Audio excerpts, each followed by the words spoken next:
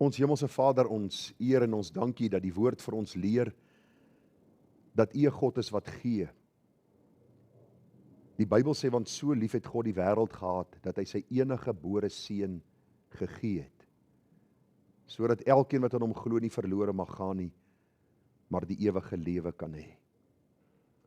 As ons na U Vaderhart kyk, soos ons deur die blaaie van die Bybel lees, dan is ons in aanbidding, want U Here is 'n genadige en 'n barmhartige God, groot van goedentierenheid en lankmoedigheid, en een wat ons in liefde besoek het, en een wat U genade oor ons uitstort, en daarom sê die woord, uit U volheid het ons ontvang genade op genade.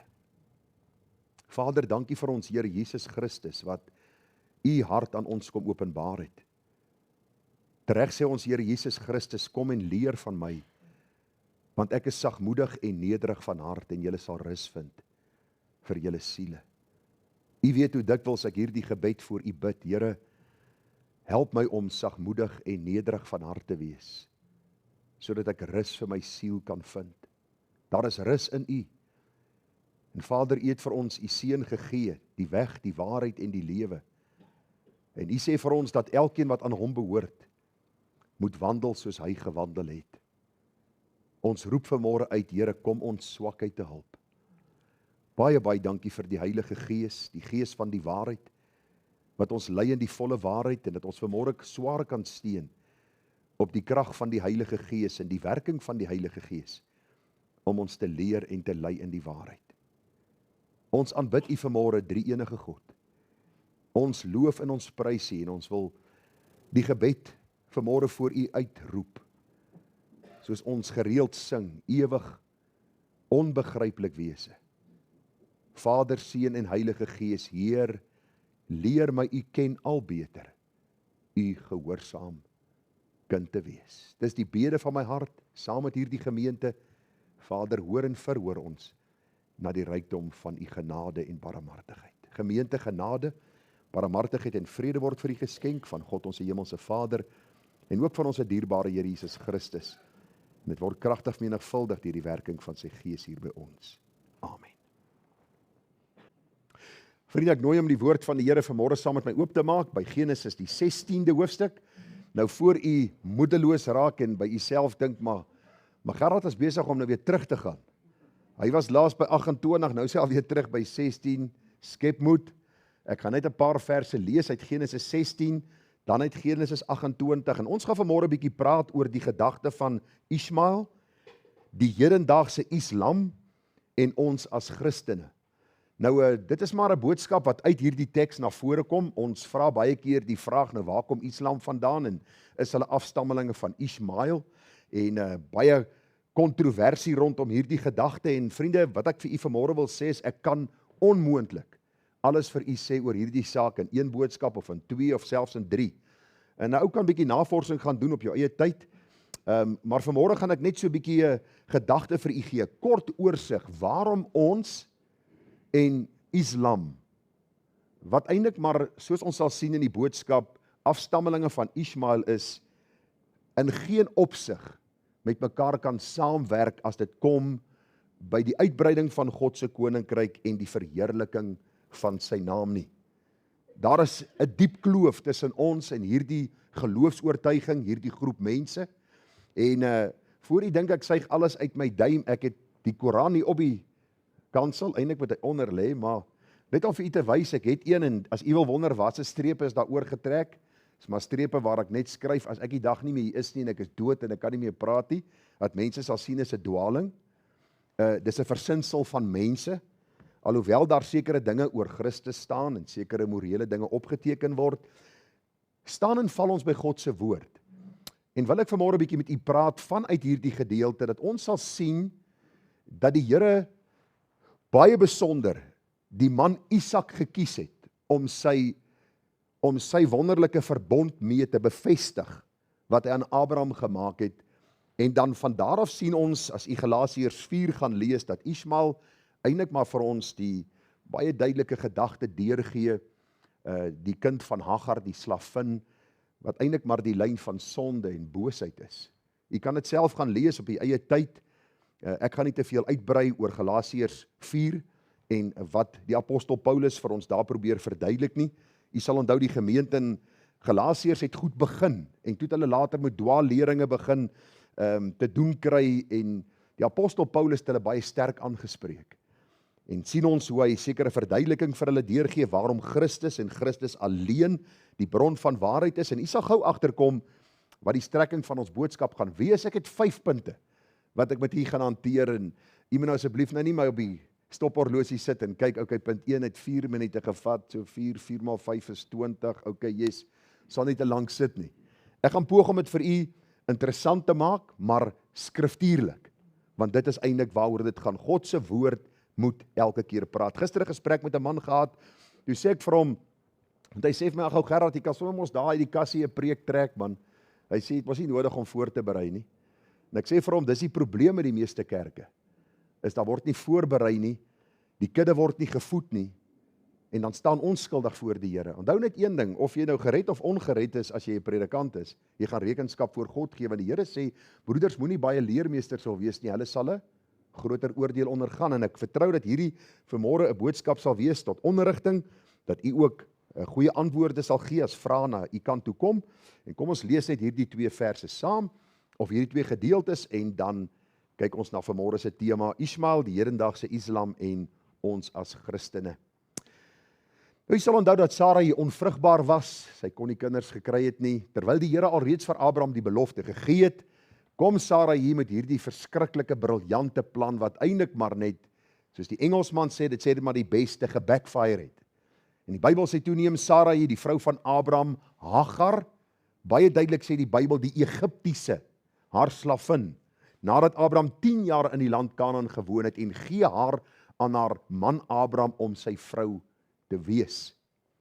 En Hagar het vir Abraham 'n seun gebaar, sê vers 15, en Abraham het die seun wat Hagar gebaar het, Ismael genoem, en Abraham was 86 jaar oud toe Hagar Ismael vir Abraham gebaar het. En nou het ons mos so 'n bietjie deur Genesis gewerk, en toe kom ons uit by die gedagte waar Jakob en sy ma Rebekka dan die pa Isak dan so 'n bietjie bedrieg het met daardie seun vir die eersgeborene, en hierdie plan het ook heeltemal gebackfire, en toe moes Jakob vlug, en die Bybel sê, toe Esau sien dat Isak Jakob geseën en hom na Padan Aram weggestuur het, om daar vir hom 'n vrou te gaan haal, terwyl hy hom geseën het en hom bevel gegee het, met die woorde, jy mag geen vrou uit die dogters van Kanaan neem nie, en dat Jakob na sy vader en sy moeder geluister het, om na Padan Aram te gaan, en toe Esau sien dat die dogters van Kanaan sleg was in die oë van sy vader, het Esau na Ismael gegaan en Mahalat, die dogter van Ismael,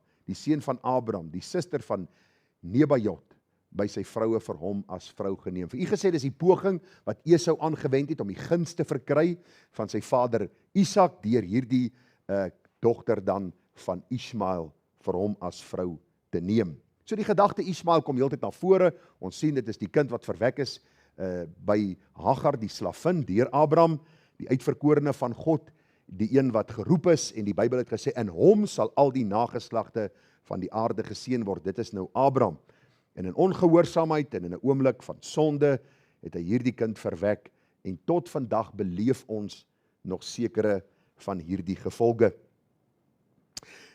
Nou vriende, as ek vanmôre met u praat oor hierdie baie besondere tema wat ons gaan hanteer, Ismael, die hedendaagse Islam en ons as Christene, dan dink ek jy sal met my saamstem dat ons leef in 'n multikulturele, ek wil amper sê veelvolkige, kan ek sê internasionale gemeenskap van mense in ons dorpe en ook in ons eie land.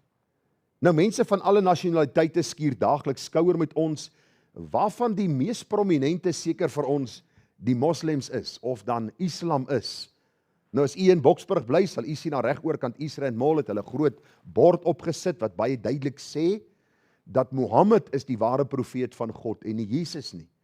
Hulle is redelik, kan ons die woord gebruik, in your face, hulle is in jou gesig, hulle is heeldag besig om hulle godsdienst te promoveer, en baie van hierdie ouens wat so 'n bietjie navorsing doen, sê dat die moslems op die oomblik wêreldwyd meer is as die Christene. Nou as u so 'n bietjie gaan kyk na die manier hoe hulle mense werf, sal u agterkom wat 'n slinkse maniere hulle dan gebruik om mense na hulle geloofsoortuiging te trek, maar die gedagte is, ons is nie onbewus van hierdie groep mense nie.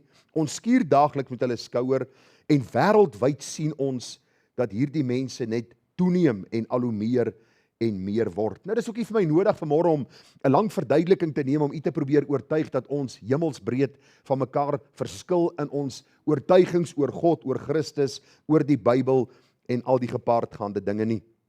Nou, die moslems of islam, soos groepe soos die Jehova Getuies, die Mormoonse kerk, het almal hulle eie geskrif. Die Koran wat die moslems gebruik, die Jehova Getuies het die New Living Translation of the Modern Living Translation, waar Christus se naam absoluut in klein lettertjies geskryf word. Hy's nie God nie. Die Mormone het 'n boek met die naam van the Book of Mormon. Baie groepe het hulle eie boek geskryf, hulle eie geskrifte, en baie keer gebruik hulle dit saam met die Bybel of heeltemal los van die Bybel, maar hulle geskrifte stel hulle bo die Bybel en ons kan nie daarmee saamgaan nie. Nou vriende, alhoewel daar 'n hemelsbreë verskil is tussen ons en hierdie geloofsgroep Islam, kan jy nie glo dat kerke in ons land soos die NG Kerk, die Anglikaanse Kerk, die Suid-Afrikaanse Raad van Kerke, wat baie kerkdenominasies insluit, na stigtelik poog om ons met mekaar te versoen nie. Hulle sê ons moet probeer om soveel as moontlik raakpunte te kry, sodat ons in hierdie multikulturele omgewing en samelewing waarin ons onsself bevind met vrede kan saamleef. Nou jy kan nie vrede sluit met iemand met wie jy nie ooreenstem nie, veral wanneer God in sy woord vir ons sekere dinge duidelik neerlê en vir ons sê, hier is die weg, wandel daarop. Vriende, raakpunte soek, dan beweeg ons weg van die waarheid en van die een ware God, en ons mis hom in die proses, en die oomblik as ons God mis, dan mis ons ook hierdie ewige heerlikheid wat hy vir sy kinders gaan voorberei. So, vanoggend gaan ons 'n bietjie kyk na die gedagte van Ismail, die hedendaagse Islam, en dan ons as Christene, en ons gaan nie vanmôre kyk na raakpunte nie. Jy moet onthou, in ons gemeente, Sola Scriptura, dis ons doel, ons gaan nie raakpunte soek nie, maar ons gaan u Bybels probeer begelei, nie om u met haat hier weg te stuur, en dat u by die eerste moslim wat u verbykom, om sommer hier aan sy hoed gryp en vir hom sê, luister ou Bil, ek wil net vir jou sê, jy's op pad hel toe nie. Die Here ons deur die waarheid van die woord begelei sal word, dat ons met nuwe oortuiging die sal verkondig, onverskrokke en prontheid, en dat ons nie skaam sal wees oor die een wat ons bely is ons redder, die Here Jesus Christus nie. Weer baie meer sê, as wat ek vanmôre gaan sê, en tog wil ek u net kortliks begelei vanuit hierdie twee gedeeltes, Genesis 16 en dan Genesis 28, met die naam Ismael wat baie kom in die boek Genesis, en dan wat reg deur die geskiedenisboeke vir ons 'n storie vertel. So kom ons val weg en ons kyk gou na die agtergrond. Nou vriende, ek weet nie of u dit geweet het nie, maar volgens Genesis 25 het Ismael ook 12 seuns gehad. Wie het nog 12 seuns gehad? Jakob. Jakob se 12 seuns sal die 12 stamme van Israel gewees het. Terwyl die Bybel vir ons sê dat Ismael ook 12 seuns gehad het. Jy kan dit gaan lees. En hulle was leiers van verskeie antieke nomadiese stamme in die Arabiese skiereiland. En hierdie nageslag staan histories bekend as die Ismaeliete. Ons het al baie gehoor daarvan, baie gelees daaroor. En soos ek vir u sê, dat Ismael ook 12 seuns gehad het. Nou volgens die Ismaelitiese tradisie en geslagregisters het die profeet Mohammed, nou vir u wat nie weet nie, Mohammed is nou die heilige profeet van Islam. Hy was die een wat God gestuur het na hierdie aarde, so glo hulle, en hulle stel hom bo die Here Jesus Christus, en volgens die Ismaelitiese tradisie en geslagregisters het die profeet Mohammed direk afgestam van Kedar. As u Genesis 25 gaan lees, een van die 12 seuns van Ismael, en omdat Islam in die 7de eeu na Christus deur Mohammed in Arabië begin is, het die vroeë moslems hoofsaaklik uit hierdie Arabiese en dus Ismaelitiese stamme bestaan. Dis 'n bietjie agtergrond. Vir die van u wat van geskiedenis hou sal sê, dis lekker. Gerard Hitme, ek hou daarvan. En die wat nie van geskiedenis hou nie, sal sê, okay, waar's punt 2? Kom ons beweeg aan. Ek onthou 1 jaar preek ek daar in Springs gemeente 'n boodskap, man, ek het so goeie studie gedoen van die geskiedenis van 'n bepaalde deel van Israel, en dit was vir my so lekker, en toe ek klaar is, toe sê Effel vir my, daai geskiedenisles was nie so lekker nie. So ek probeer nie 'n geskiedenisles aanbied nie, maar ek moet vir u die agtergrond gee, dat u kan verstaan waarheen ons beweeg en wat die doel van ons boodskap is.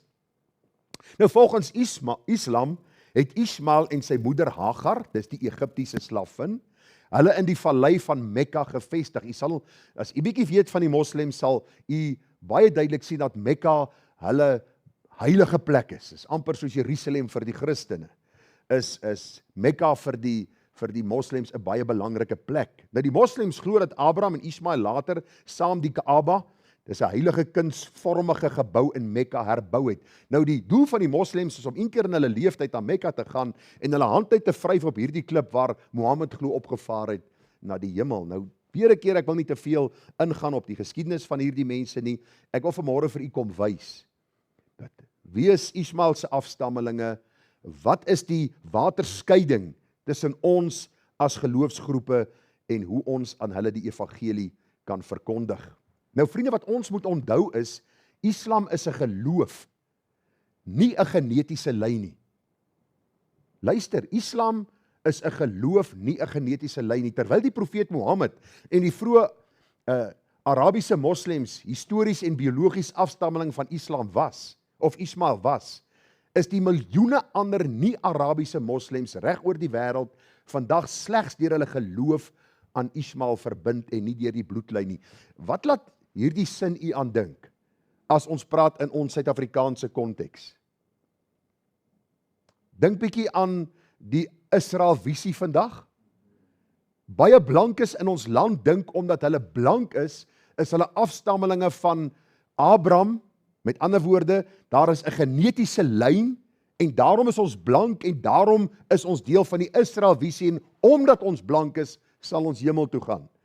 Wat ons weet, die Bybel baie duidelik vir ons leer dit nie so is nie. So nie al die moslems is fisiese nasate van Ismael nie. Maar die Bybel sê vir ons baie duidelik dat die woord van die Here vir ons leer, hy was 'n seun van Abraham gewees en dat mense wat vandag reg oor die wêreld dan deel van hierdie moslembeweging of Islam raak, is nie dat omdat hulle genetiese afstammelinge is nie, maar omdat hulle dan kies om deel van hierdie geloofsgroep te word. Die meerderheid van hulle woon in lande soos Indonesië, Pakistan, Indië, Bangladesh en dele van Afrika, Suid-Afrika en Europa. Vriende, u sal nie glo in Afrika hoeveel moslems daar is nie. En weet jy wat die groot rede is? Die arm. En dan kom die moslems na hierdie arm mense toe en sê vir hulle, ons sal vir julle voorsien in kos, in komberse klere, maar julle moet ons geloof aanneem. En hierdie brandarme mense sê ja, terwyl hulle nie regtig verstaan waarvoor hierdie mense staan nie. So hierdie mense, vriende, reg oor die wêreld het eintlik geen genetiese of biologiese bande met Abraham, Hagar of Ismael nie, maar hulle staan ook bekend as moslems of as Islam. So dis die agtergrond, baie vinnig daaroor gegaan, u kan nog baie meer gaan lees daaroor. Maar nou kom ons by die hart van die boodskap, want u sien, hier kom die probleem. Die wese van God drie-enig versus die absolute of teen die absolute eenheid. Dis waar die groot verskille kom tussen ons en dan ook Islam, of dan hierdie moslembeweging soos dit vandag bekend staan. Nou in die Christelike geloof, vriende, bely ons die Here as die drie-enige God, Vader, Seun en Heilige Gees. Baie duidelik in die woord sien ons, alreeds by die skepping, Genesis 1 vers 26, en God het gesê, laat ons mense maak na ons gelykenis. Hierdie ons staan bekend as die Hebreëse woord Elohim. Dit gaan ook oor die gedagte van 'n manlike meervoudsvorm word hier gebruik. Daar's 'n enkelvoudige hier en dit kom honderde kere in die Ou Testament na vore. Maar vriende, wat hierdie vers vir ons eenvoudig wil sê, daar was 'n interne gesprek. Daar was hierdie beraadslaging tussen God die Vader, Seun en Heilige Gees. En die Bybel ons mense maak na ons en weer eens vorm wat ons hier al reeds in Genesis 1 vers 26 sê. Nou wil ek net weer vir u sê, om die drie eenheid te begryp in sy volheid is vir my en vir jou onmoontlik. Deuteronomium 29:29. Dis 'n verbod ons nie kan verstaan nie. En tog openbaar God homself tel as die drie enige God. Ek gaan vir u 'n praktiese voorbeeld gee. Matteus 3 vers 15. By Jesus se doopgeleentheid. Onthou waar Johannes die doper hom gedoop het. Maar Jesus het geantwoord en vir hom gesê, dis vir Johannes, laat dit nou toe, want so pas dit ons om alle geregtigheid te vervul. Daarna het hy hom toegelaat en nadat Jesus gedoop was, het hy dadelik uit die water opgeklim en met eens gaan die hemele vir hom oop en hy sien die gees van God soos 'n duif neerdal en op hom kom en daar kom 'n stem uit die hemel wat sê, dit is my geliefde seun in wie ek 'n welbehae het. Duidelik die drie eenheid, seun, gees, vader. Baie duidelik in die woord van die Here, Matteus 17, die berg van verheerliking, die stem uit die hemel wat gesê het, dit is my geliefde seun in wie ek 'n welbehae het, luister na hom. So met ander woorde, die kinders van die Here, die Christendom, die wat die geestelike nasate van Abraham is, die wat uit genade gered is, wat die seën ontvang het, wat die Here vir Abraham beloof het, hy het vir hom gesê, in jou sal die nageslagte van die aarde geseën word, en al die weergeborenes is geestelike nasate van Abraham. Die Bybel sê vir ons baie duidelik, ons glo en bely dat God 'n drie enige God is. Maar dan is daar nog ietsie wat ek net wil byvoeg hier. Behalwe dat God 'n drie enige God is, sien ons baie duidelik, vriende, dat ons as kinders van die Here baie loofsetel in God se liefde en vaderskap.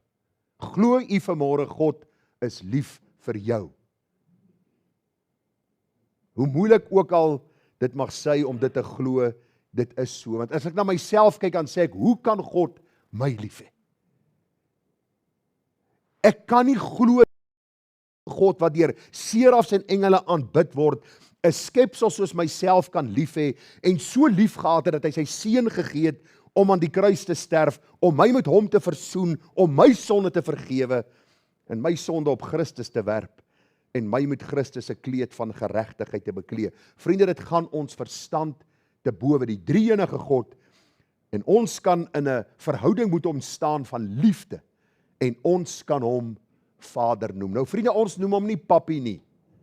Moet tog nie glo as ons die Bybel leer of lees wat sê, ons roep uit Abba Vader, beteken dit papi Vader nie. Hy is nie jou papi nie. Hy is jou Vader. En die begrip verskil van hierdie wat die wêreld wil inbring in die kerk met die afgewaterde gedagte van hy's my papi. Hy's my Vader, hy's God die Vader.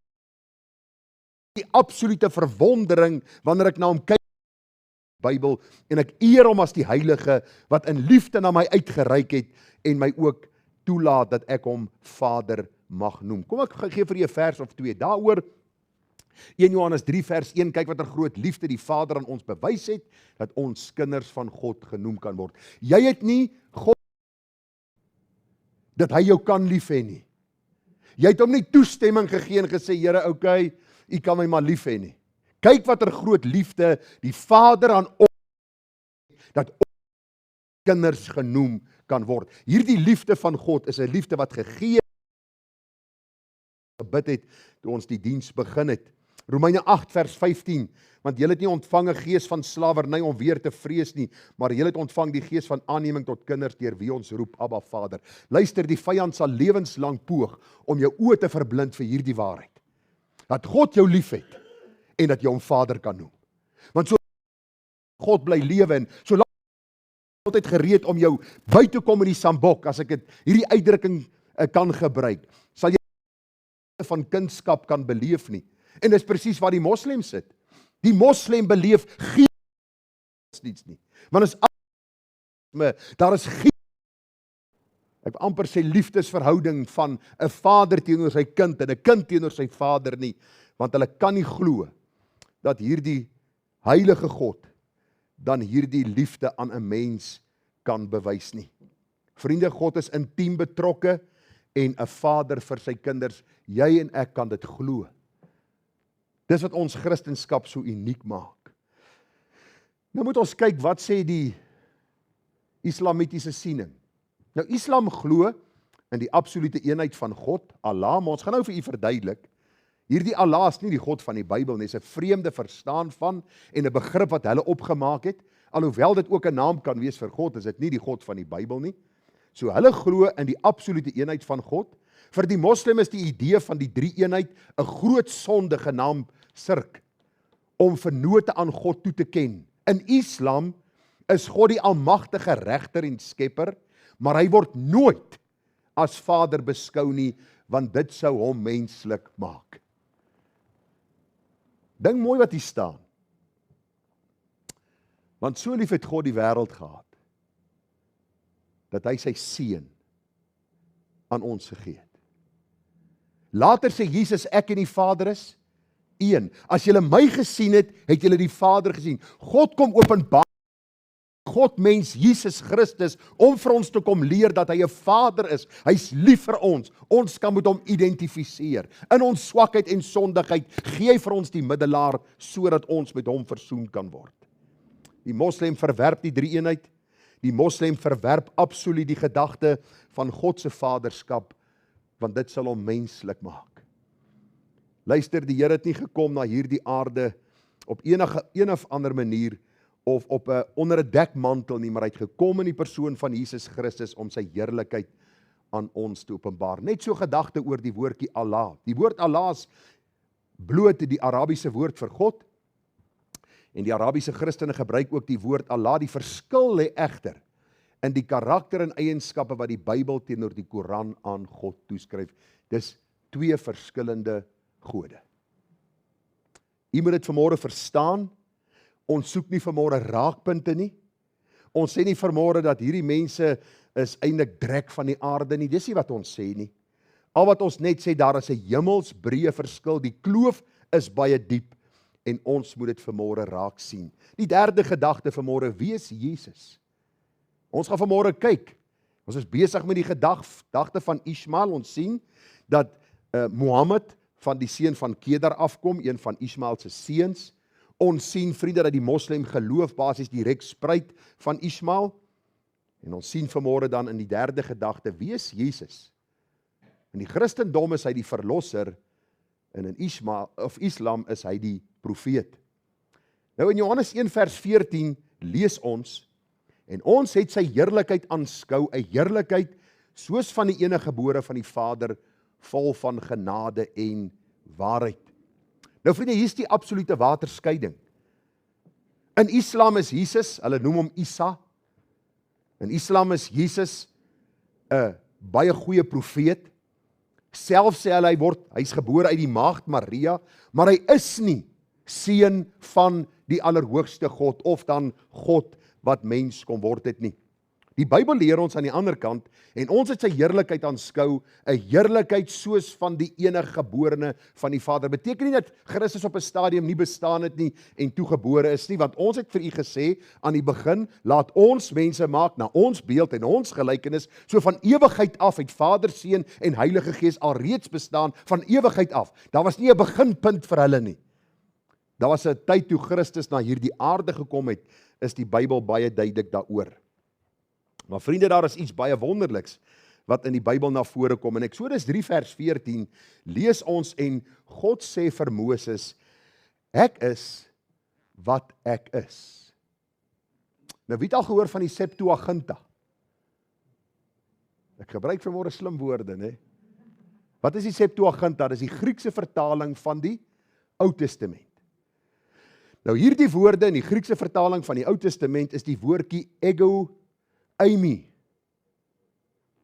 Ek is wat ek is. Nou waar lees ons nog van dit? Onthou, God is besig om homself aan Moses by die brandende bos te openbaar. Moses kom nader, die Here sê vir hom, trek die skoene van jou voete af, die plek wat jy op staan is heilige grond. Moses trek die skoene af, en hy vra, Here, wie sê ek moet gaan? Die Here sê, ek is wat ek is. Stuur Egipte land, gaan sê vir Farao en mense moet trek.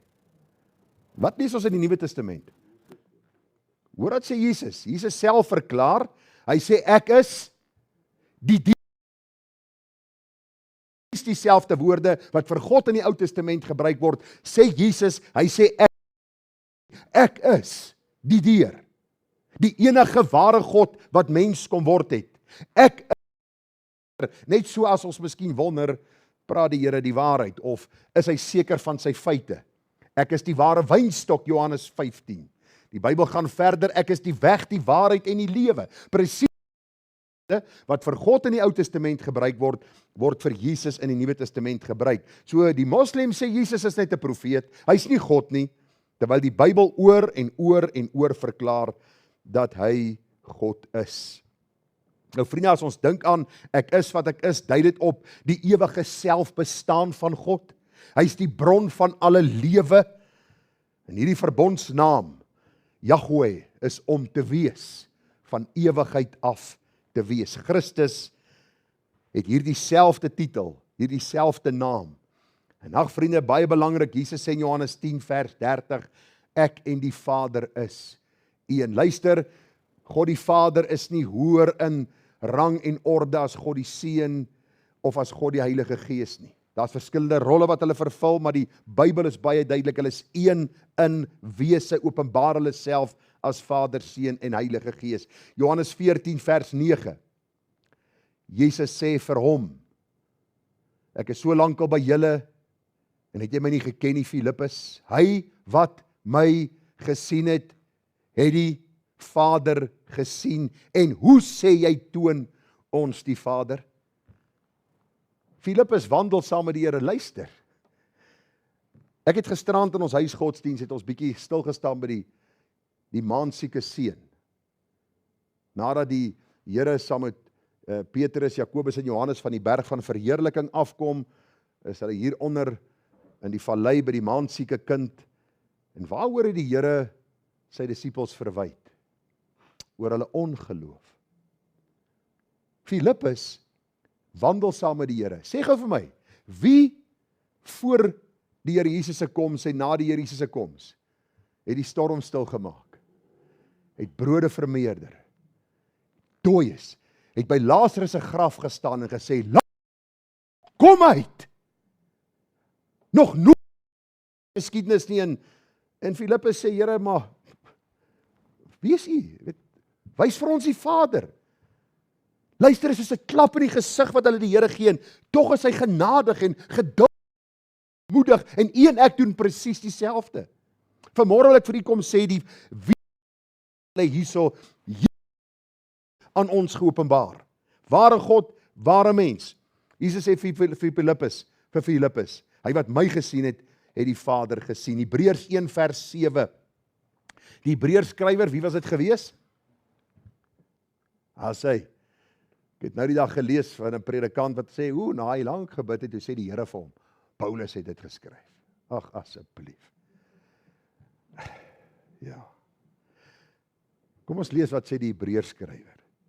En van die engele sê hy wel, hy wat van sy boodskappers winde maak en van sy dienaars vuurvlamme, maar van die Seun. U troon, o God, is tot in alle ewigheid. Die scepter van u koninkryk is 'n regverdige scepter. Die Seun, u troon, o God, is tot in alle ewigheid. Daarom kan ons nie raakpunte soek tussen ons en die moslems nie. Tussen ons en Islam nie. Want ons staan en val by die godheid van ons Here Jesus Christus. Die islamitiese siening, die Koran erken Jesus se wonderwerke en sy maaklike geboorte, maar ontken sy goddelikheid en sterkste. Nou een van die Koran aanhaling sê, o mense van die skrif of Christene, moenie sê 3 nie, want Allah is slegs een God. Dit is verhewe bo sy heerlikheid dat hy 'n seun sou hê. Hy wat die seun het die lewe. Hy wat die seun nie het nie die lewe nie, maar sal die ewige verderf van God beerwe. Jy kan nie God hê sonder sy seun Jesus Christus nie. Maar kom ons vorder na die volgende punt toe. Die kruis en die opstanding, die voltooide werk van Christus teenoor die geskiedkundige ontkenning van die moslem. Nou as Christene staan en val ons geloof by die kruis en die leë graf. Sonder die kruis is daar geen versoening vir sonde nie. Nou Islam ontken egter dat Jesus ooit gekruisig is. Die Bybel leer vir ons baie duidelik in Jesaja 53 vers 5, maar hy is ter wille van ons oortredinge deurboor, ter wille van ons ongeregtighede is hy verbrysel, en deur sy wonde het daar vir ons genesing gekom. Sorry vir daai spelfout. Deur sy wonde het daar vir ons genesing gekom. Nou hierdie vers het my werk gekos. As ek daaraan dink ek aan Jesaja 53 is my besondere hoofstuk, want dit het 'n besondere hoofstuk in my lewe ook begin. Want na ek hierdie gedeelte gepreek het, dat die Here nie vir ons fisiese siekte gesterf het nie, maar vir ons geestelike toestand. Ja, dit basies my in 'n ander rigting gestuur waar ek vanmôre is. Maar kyk hoe wonderlik die skrif is. Hy is ter wille van ons oortredinge deurboor. Die Here sê in 1 Korintiërs 15 vers 1, as jy 'n opsomming van die evangelie soek, hier sê hy. Broeders, ek maak julle die evangelie bekend. Wat ek aan julle verkondig het, wat julle ook aangeneem het, waarin julle ook staan, waardeur julle ook gered word, as julle daaraan vashou op die wyse waarop ek dit aan julle verkondig het, of julle moet te vergeefs geglo het. Hier is die evangelie opgesom. Want in die eerste plek het ek aan julle oorgelewer, wat ek ook ontvang het, dat Christus vir ons sondes gesterf het, volgens die skrifte. Dat hy begrawe is, en dat hy op die 3de dag opgewek is, volgens die skrifte. Dis die evangelie. Het jy dit gesien? Hier sal julle gered word. Wat is die evangelie? Dat die Messias beloof is, hy sal nou hierdie aarde kom, hy is gebore uit die maagd, hy het 'n sondelose lewe gelei, hy het aan die kruis gesterwe, hy het op die 3de dag opgestaan, volgens die skrifte. En dan kom hierdie vers 14, as Christus nie opgewek is nie, is ons prediking sonder waarde, sonder inhoud, sonder enige betekenis, as Christus nie vir ons gesterf het nie. Nou vriende, is baie belangrik, die moslem glo dit glad nie. Die islamitiese siening is eenvoudig, Islam leer dat God nie sou toelaat dat een van sy heilige profete, soos hulle Jesus sien, so 'n skandelike dood sterf nie. Hulle glo iemand anders, moontlik Judas of Simon van Sirene, is verander om soos Jesus te lyk en in sy plek gekruisig te word, terwyl Jesus lewendig na die hemel opgeneem is. Nou ek het 'n familielid, baie belese in die skrif, ken glad nie die Here nie. Hy het meer Bybels en boeke wat u en ek kan droom om te hê. Hierdie man gaan van tyd tot tyd in openbare debatte met moslems. Glo dit of nie, as Christen gaan hy in openbare debatte met moslems. En dan kry die moslem 15 of 20 minute om sy saak te stel, en hierdie familielid van my kry 15, 20 minute om sy saak te stel. En in een van hierdie debatte het ek gekyk en geluister. En hy het vir hierdie moslems die volgende gesê. Hy sê, al sou iemand by Golgotha gestaan het, en vir julle 'n video gemaak het, van die kruisiging van Christus, sou julle nog steeds nie geglo het nie. Want mense kom heeltyd en hulle sê, bring vir ons, grootste bewys is God se woord, wat vir ons die verklaring van die Heilige Gees is, om vir ons te sê presies wat gebeur het, en dan is daar nog baie ander waarhede wat u kan lees. Die boek van Lee Strobel, The Case for the Christ, het u dit al gelees? Kosbare boek, The Case for the Christ, waar hierdie man uitgegaan het om te bewys en te sê, luister man, hierdie is 'n veeverhaal, Christus wat gesterf het aan die kruis, hoe is dit moontlik dat Christus gesterf het aan die kruis? Dit is absolute onmoontlikheid.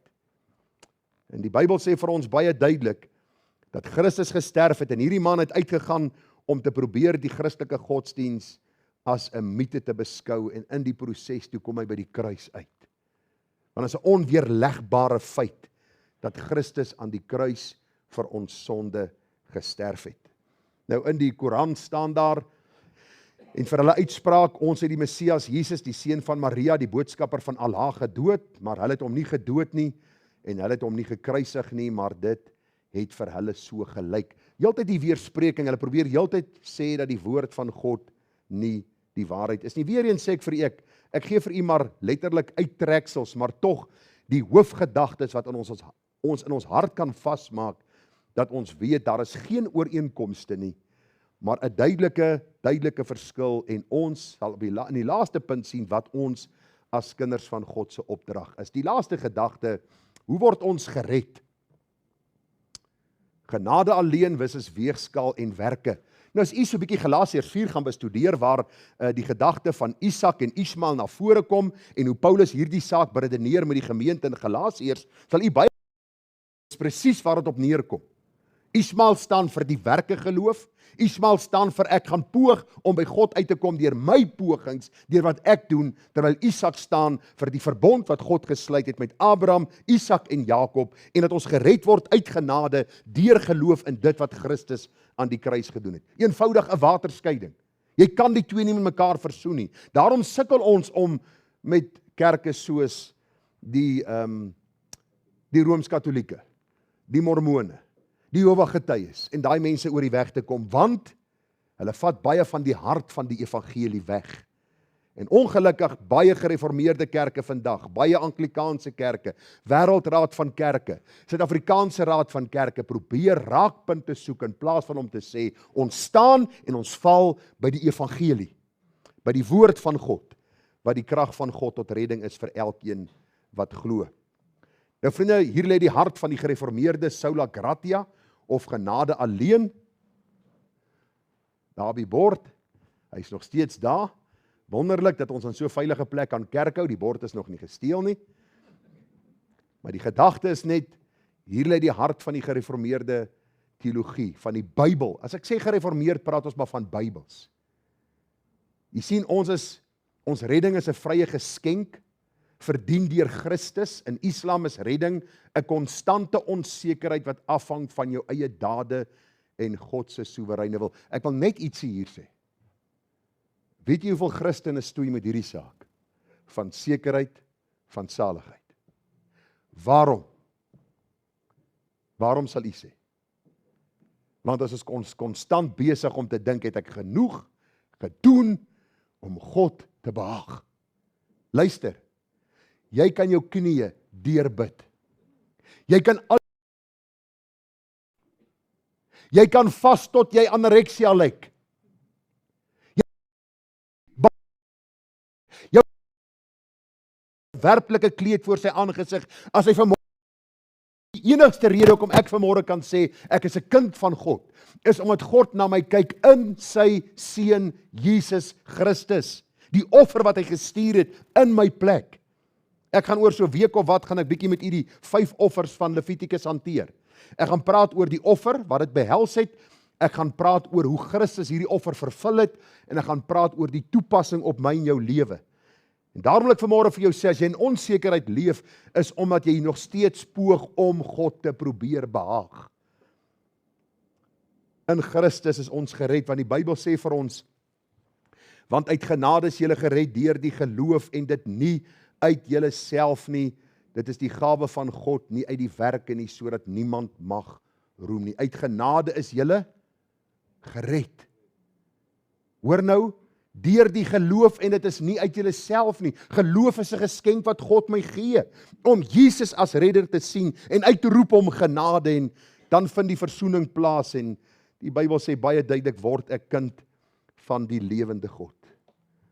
Jy sien, ons word gered uit genade, ons hele lewe is 'n lewe wat ons kan terugkyk en sê, genade onbeskryflik groot, het u aan my bewys. Vriende, ons kyk, die islamitiese siening, op die laaste dag word 'n moslim se goeie dade teen sy slegte dade op 'n skaal geweeg.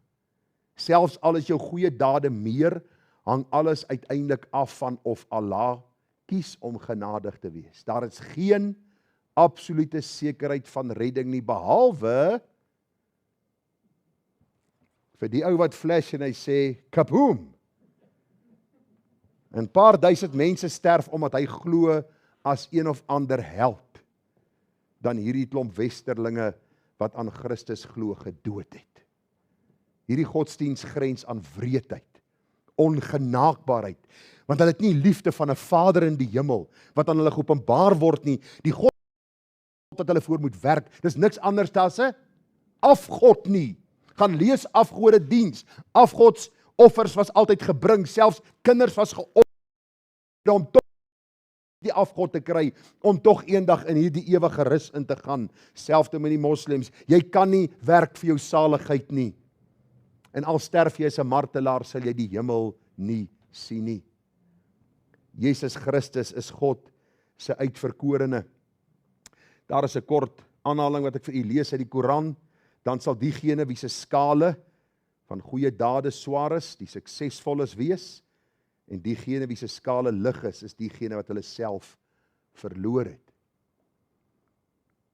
Nou vriende, jy moet nou nie dink aan 'n skaal wat jy opklim en hy sê 120 en jy dink, ek is fyn, want ek weeg 120 nie. Dis nie die skaal wat hulle van praat nie. Dit gaan oor die werke. Ek het genoeg gedoen. Ek het genoeg dinge gedoen vir die kerk, vir my geloof. Ek het my reis na Mekka voltooi. Ek het al hierdie goed gedoen en nou moet hierdie Allah my eendag in sy heerlikheid inneem. En dan kan u gaan lees van die absurde siening wat hulle het oor die ewigheid. Absurd. Luister, die enigste godsdienst wat sin maak in die wêreld. Luister wat ek u sê, die enigste wat sin maak in die wêreld is die Christelike godsdienst. Al die ander goed is absurd. Boeddhisme en hier so absoluut absurd. En daarom is belangrik dat ons kom by die bron van waarheid, die Here Jesus Christus. En dis belangrik om te sien dat ons nie hoef te presteer om gered te word nie.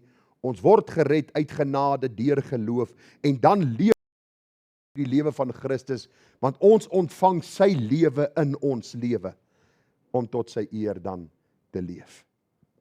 Ons laaste gedagte vanmôre: hoe moet ons as Christene en kerk van Jesus optree?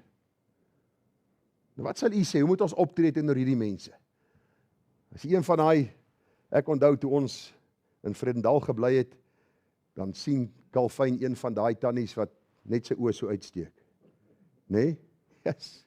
Hy kind het gehardloop. Nee, hy het agter elke ding weggekry, maar sê, maar ek wil hier wegkom. So wat moet ons doen? Moet ons met hulle spot? Moet ons as hulle oor die pad loop, voet op die petrol sit en sê, kom ons kyk of hy moslim onder sy rok kan uithardloop? Moet ons dit doen? Ek dink nie so nie. Wat moet ons doen met hulle? In die eerste plek, moet hulle nie vrees nie. Want God het ons nie 'n gees van vreesagtigheid gegee nie. Luister, hulle kan net dit doen wat God hulle toelaat. Ons vrees nie die vyand of sy vyandige magte of geloofsgroepe nie. Ons is nie hier om hulle te haat of om hulle sleg te sê nie. Ons moet hulle lief hê met die liefde van Christus sonder om kompromie aan te gaan en sonder om raakpunte te soek waar ons eie geloof verloon. Vriende, ons moet met helderheid en sekerheid die evangelie aan hulle verkondig. Ons hoef nie polities korrek te wees nie. Die verskille is wesenlik. Sonder Jesus Christus, die Seun van God, is daar geen toegang tot die hemel nie. Ons staan en ons val daarby. Al is Ismael, die fisiese nasaad van Abraham, die kind wat hy verwek het by Hagar die slavin, sê die Bybel baie duidelik dat hy 'n ander koers, 'n ander rigting ingeslaan het, net soos Esau 'n ander rigting ingeslaan het. En is nie deel van die Christelike woord en die waarheid en die evangelie nie. En dan, vriende, sien ons wat die Here vir onsself sê in Handelinge 1 vers 7. Kom julle nie toe om die tye of geleenthede te weet wat die Vader deur sy eie mag bepaal het nie, maar julle sal krag ontvang wanneer die Heilige Gees oor julle kom en julle sal my getuies wees in Jerusalem, ander woorde plaaslik, daar waar jy is, by jou werk, in jou buurt, in jou omgewing, by jou familie, sowel as in die hele Judea, bietjie verder, Samaria en tot aan die uiterste van die aarde. Daar's mense wat in die moslemlande voltyds werk om die evangelie te verkondig. En ek het ook 'n taak en 'n roeping in ons dorp en in die omgewing waar die Here ons plaas. Romeine 1:16 sê ek skaam my nie. Ek skaam my nie oor die evangelie van Christus nie. Want dit is die krag van God tot redding vir elkeen wat glo, eers vir die Jood en ook vir die Griek. Een van my vriende, een van my vorige ouderlinge en een van my gemeentes vertel my onlangs in 'n telefoongesprek. Nou hy bly daar in 'n Namakoland omgewing.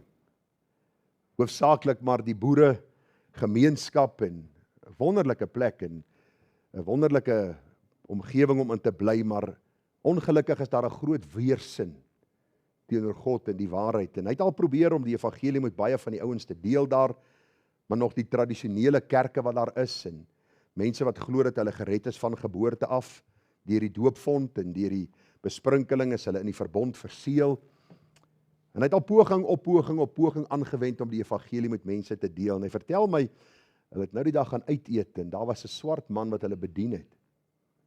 Hy het met hierdie swart man die evangelie bedien, en vir hom 'n Bybel of 'n traktaatjie of 'n uitnodiging, 'n Bybeltjie of iets. Ek kan nie heeltemal onthou nie. Hy sê die volgende keer toe hy terugkom, en hulle gaan eet weer op daardie plek, toe sien hy die duidelike verandering in hierdie man. Die man stap na hom en hy sê, die Here het my siel kom red. Hy sê die vreugde en die blydskap waarmee hierdie man die evangelie met hulle gedeel het, as kliënte wat moet sit en eet aan die tafel, was vir hom iets kosbaars. Wat probeer ek vir u sê? Moet jou nie skaam oor die evangelie nie. Die evangelie is nie gereserveer vir 'n swarte, of vir 'n blanke, of vir 'n Indiër, of vir 'n Europeër nie. Die evangelie van Christus is die krag van God tot redding vir elkeen wat glo. Eerste vir die Jood en ook vir die Griek. Met ander woorde vir God se volk en dan ook vir die res. Openbaring 5 vers 9. Toe sing hulle 'n nuwe lied en sê, jy is waardig om die boek te neem en sy seels oop te maak, want u is geslag en het ons vir God met u bloed gekoop uit elke stam en taal en volk en nasie.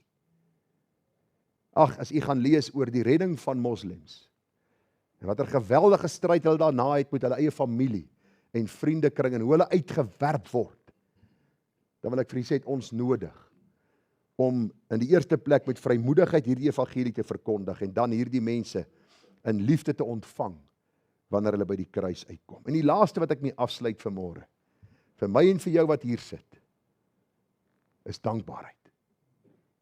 Dankbaarheid. Vriende, u en ek sit nie vanmôre hier in vrees, dat hierdie God daar bo sit, en hy wag vir 'n oomblik om my te verdelg nie. Maar ons dankbare harte kyk na die blaaie van die Bybel, en ons sien God se liefde, geopenbaar in sy Seun Jesus Christus, wat na ons toe uitreik, ons oproep tot bekering, ons harte verander, geloof aan ons gee as 'n geskenk, om sy heerlikheid te aanskou, en met sekerheid hiervandaan te vertrek en te sê, my saligheid, my verlossing, my ewige hoop is nie gesetel in my werke, in my kerk of in myself nie, maar in Jesus Christus, my redder. Wat 'n wonderlike evangelie. Daarom staan evangelie, die woordjie evangelie, evangelion, as die goeie nuus aangaande Christus Jesus. Moenie skaam wees oor hom nie. Hy gee hoop en hy gee redding. Kom ons bid saam. Vader, dankie vir hierdie wonderlike waarheid, dankie dat ons dit met vrymoedigheid kan verkondig, en dat ons in u lewe en lewe in oorvloed kan geniet. Geef vir ons dankbare harte, omdat u Vader ons in liefde raak gesien het, gewas het in die bloed van die lam, verseël het met u Heilige Gees, en die ewige hoop van die heerlikheid vir ons kom skenk het. Ons loof u en ons prys u wonderlike naam.